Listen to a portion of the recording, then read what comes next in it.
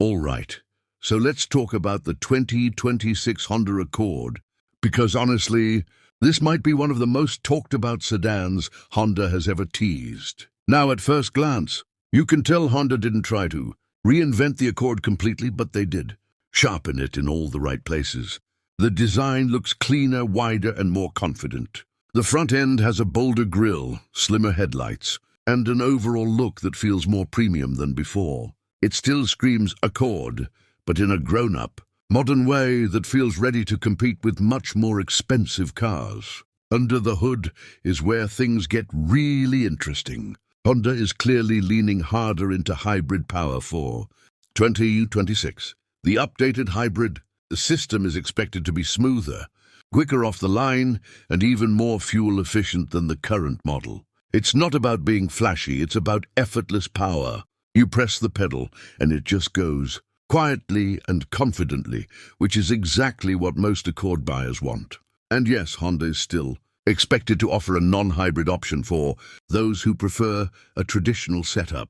Now here's something people weren't really expecting. Honda is adding light off-road and all-weather capability to certain trims. Don't worry, this isn't turning into an SUV, but higher variants may come with improved traction, systems and slightly raised tuning that makes rough roads, rain, or light dirt paths easier to handle. It's a subtle upgrade, but a smart one, especially for drivers who deal with unpredictable road conditions. Step inside, and the 2026 Accord really shows its evolution. The interior feels cleaner and more tech-focused, without being overwhelming. A larger infotainment screen, improved graphics, and faster response make everything feel modern. Physical buttons are still there, thankfully, so you're not hunting through menus just to adjust the AC. The materials look more premium. The seats feel more supportive, and overall, it feels like Honda listened to feedback from previous models.